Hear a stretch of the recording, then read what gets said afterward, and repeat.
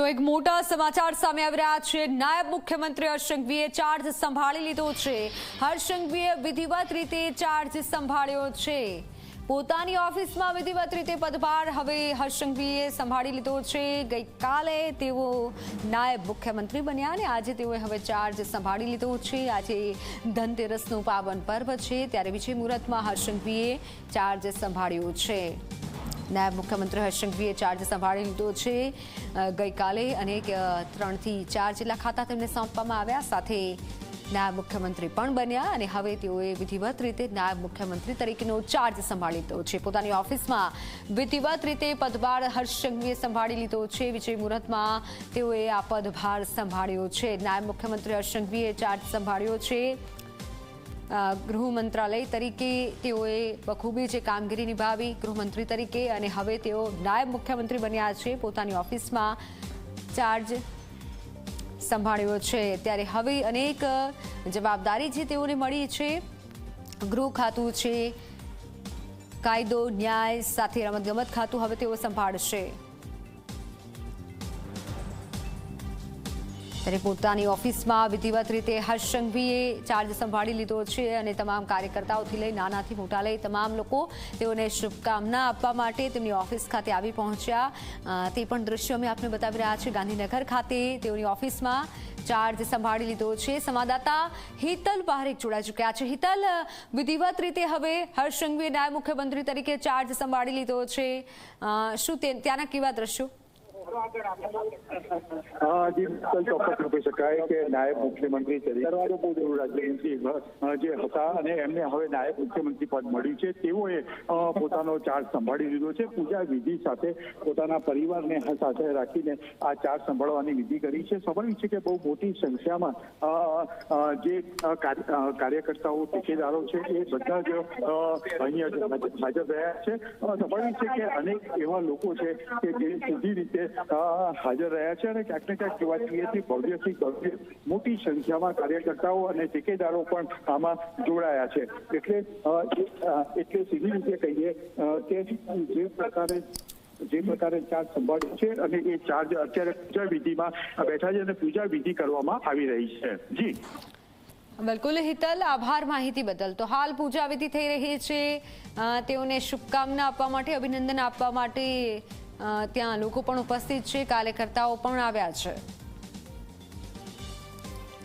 ત્યારે ગાંધીનગરના અમે આપને દ્રશ્યો બતાવી રહ્યા છીએ। હર્ષ સંઘવીએ વિધિવત રીતે ચાર્જ સંભાળી લીધો છે। નાનાથી લઈ મોટા તમામ કાર્યકર્તાઓ અને તેમના સ્નેહીજનો અત્યારે શુભકામના માટે આવી પહોંચ્યા છે। ત્યારે ગઈકાલે પણ હર્ષ સંઘવીએ નાયબ મુખ્યમંત્રીએ પોસ્ટ કરી હતી કે જ્યારે પણ મને શુભેચ્છા આપો ત્યારે બેનરો ન લગાવતા, પરંતુ તેનો ખર્ચ કોઈ સારા કામમાં વાપરજો, તેવું પણ તેઓએ એક મેસેજ આપ્યો છે પોતાની પોસ્ટથી। અને આજે તેઓએ વિધિવત રીતે ચાર્જ સંભાળ્યો છે ત્યારે તમામ લોકો તેમને મળવા માટે આવી રહ્યા છે, અભિનંદન પાઠવવા માટે ગાંધીનગર પહોંચ્યા છે અને વિધિવત રીતે હવે તેઓએ નાયબ મુખ્યમંત્રી તરીકે ચાર્જ સંભાળ્યો છે। હર્ષ સંઘવી જેઓ સૌથી નાની ઉંમરના નાયબ મુખ્યમંત્રી બન્યા છે તે પણ બહુ ઘણી મોટી વાત છે। અને આ સાથે ગઈકાલે તેઓને જે ખાતું સોંપાયું, રમતગમત ખાતું છે, ગૃહ મંત્રાલયનું ખાતું ફરી એકવાર સોંપાયું છે અને આ સાથે પોલીસનું ખાતું અને અનેક જે જવાબદારી સોંપાઈ છે, હર્ષ સંઘવી હવે તે જવાબદારી નિભાવશે।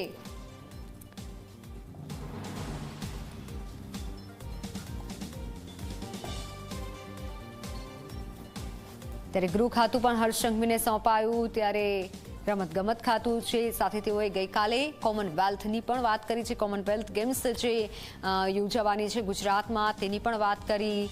પ્રવાસન ખાતું તેઓને સોંપાયું છે, એટલે ઘણી જવાબદારી હવે ફરી એકવાર હર્ષ સંઘવી સંભાળશે। નાયબ મુખ્યમંત્રી યુવા ચહેરો છે અને સૌથી નાની ઉંમરના નાયબ મુખ્યમંત્રી હવે હર્ષ સંઘવી બન્યા છે અને તેઓ વિધિવત રીતે આજથી જ ચાર્જ સંભાળશે। ત્યારે શુભકામના માટે આવી રહ્યા છે। બીજી તરફના દ્રશ્યો બતાવીએ કે જ્યાં રવિન્દ્ર જાડેજા જોવા મળી રહ્યા છે। રીવાબા જાડેજાના પતિ રવિન્દ્ર જાડેજા શુભકામના તમામ લોકો પહોંચી રહ્યા છે તેઓને આપવા માટે અને ગઈકાલે પણ શપથવિધિમાં ઉપસ્થિત રહ્યા હતા રવિન્દ્ર જાડેજા। રીવાબા જાડેજાને જે ખાતું સોંપાયું શિક્ષણનું અને સાથે રવિન્દ્ર જાડેજા પણ પહોંચ્યા હતા શપથવિધિ દરમિયાન અને આજે ફરી એકવાર જેઓ ચાર્જ સંભાળી રહ્યા છે ત્યારે પહોંચ્યા છે. આપ જુઓ ગાંધીનગરથી જે સીધા દ્રશ્યો આવી રહ્યા છે કે જ્યાં પૂજા વિધિ કરી હર્ષ સંઘવીએ વિધિવત રીતે ચાર્જ સંભાળ્યો છે.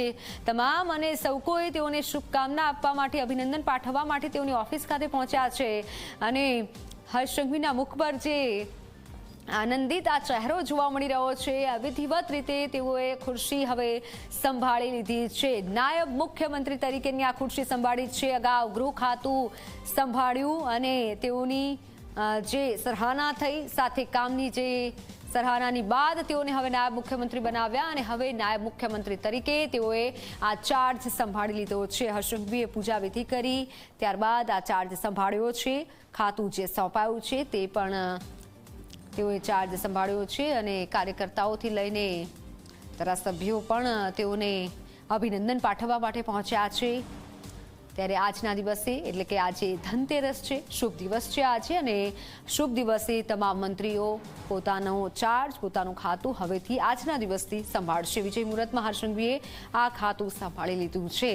ત્યારે ગાંધીનગર ખાતે અત્યારે જે અલગ અલગ પ્રકારની કાર્યવાહી થઈ રહી છે, પછી નેમ પ્લેટની હોય કે પછી ગાડી સોંપવાની હોય, તે તમામ એક બાજુ કામગીરી થઈ રહી છે અને બીજી બાજુ મંત્રીઓએ પોતાના ખાતા સંભાળ્યા છે. બીજી તરફના આપ દ્રશ્યો જુઓ કે જ્યાં મંત્રી રીવાબા જાડેજા, ધારાસભ્યમાંથી મંત્રી બનેલા રીવાબા જાડેજા, તેઓએ પણ પૂજા વિધિ કરી છે. પોતાનો ચાર્જ તેઓ સંભાળી રહ્યા છે અને હાલ તેઓ પૂજા વિધિમાં બેઠા છે, પૂજા કરી રહ્યા છે. પોતાની દીકરી સાથે રીવાબા જાડેજા પૂજા કરી રહ્યા છે. તેમના પતિ રવિન્દ્ર જાડેજા, ક્રિકેટર રવિન્દ્ર જાડેજા પણ ઉપસ્થિત છે.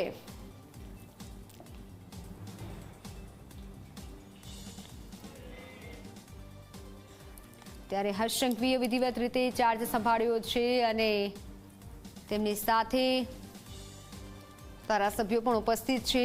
ધારાસભ્ય અલ્પેશ ઠાકોર પણ ઉપસ્થિત છે અને અન્ય ધારાસભ્યો પણ ઉપસ્થિત છે અને તેઓએ હવે નાયબ મુખ્યમંત્રી તરીકેનો ચાર્જ સંભાળ્યો છે.